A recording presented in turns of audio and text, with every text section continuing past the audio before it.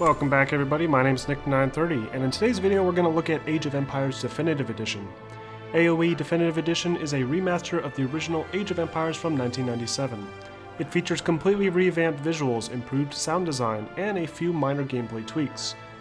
And while these changes look great when compared to the original from 20 years ago, I can't help but feel they could have implemented a few other features that would have gone a long way in ensuring this remaster can stand the test of time. For one thing, the AI is still a pain to deal with. Just like the original game, you'll find yourself constantly needing to tell your workers what to do next after they finish a task. It's a shame Microsoft didn't include a few new gameplay options that allow for more automation for workers. You can't even set people to auto-explore, meaning you'll have to manually click around the map to clear up the fog. Workers gathering berries or wood will stand still after completing their task, sometimes hidden behind trees, making it difficult to even notice. Thankfully, there is still an idle worker button to help with this management, but it seems tedious nonetheless.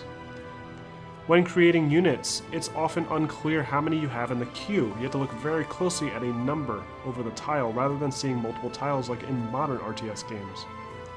And finally, enemy AI, even on their standard difficulty, are relentless. I'm not going to pretend I'm good at the game, but I was surprised to see non-stop attacks from Iron Age level enemies while I'm still trying to figure out how to gather berries. After successfully defending against a large attack of cavalry units, I thought maybe I had a few minutes of peace to rebuild, but then a separate AI decided to start attacking me, creating an infinite loop of attacks that I couldn't suppress no matter how hard I tried. Hopefully as I get better this will become less of a problem, but it is disappointing to see the AI completely fail to acknowledge any form of diplomacy despite being neutral by default. So if you enjoyed the original Age of Empires and how it played, then the Definitive Edition will deliver exactly that. None of the improvements that have been made to gameplay over the years have been applied to this game, so really the focus of this remaster was to update the visuals and make the game function on modern day hardware. The new visuals are fantastic though, with new model designs and significantly improved textures and resolution. Details that were previously indistinguishable are much more clear, albeit still a bit blurry when compared to more modern RTS games. Animations are completely redone and look much better. Sound has also been drastically overhauled with more complex sound effects and just an overall clearer sound. Thankfully, Microsoft added in a cool mode that lets you play with the original 90s graphics, sound, and gameplay, and you can get a better appreciation for the effort that went into touching up these classic assets. I just wish you could switch between the graphics mode with a simple hotkey during gameplay. I also wish the game's video settings were more robust. The settings are incredibly limited, and it's unclear if I'm even playing at my monitor's native resolution, as there's no resolution setting anywhere in the game. So, assuming you're okay with the original's gameplay, and you're impressed by this upgrade in visual quality, what other things should you be aware of before purchasing this game? Well, since this is a Microsoft exclusive title, you likely won't find it on the Steam store anytime soon. Age of Empires Definitive Edition is only available through the Windows 10 store for $20.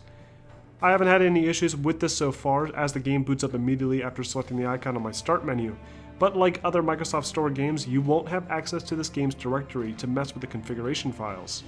The game will also utilize your Microsoft account, so if you already have an Xbox Live account, that'll likely be your username for online gameplay.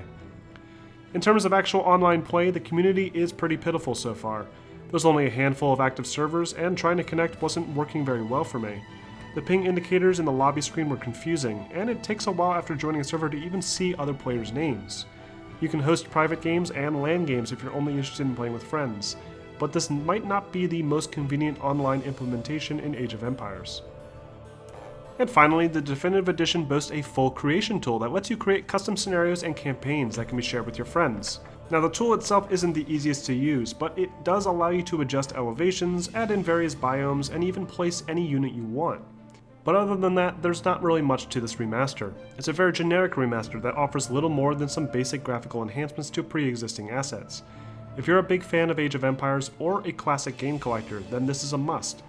But if you're looking for a good RTS game, you might want to check out some of the more recent Age of Empire games, or even Rise of Nations instead.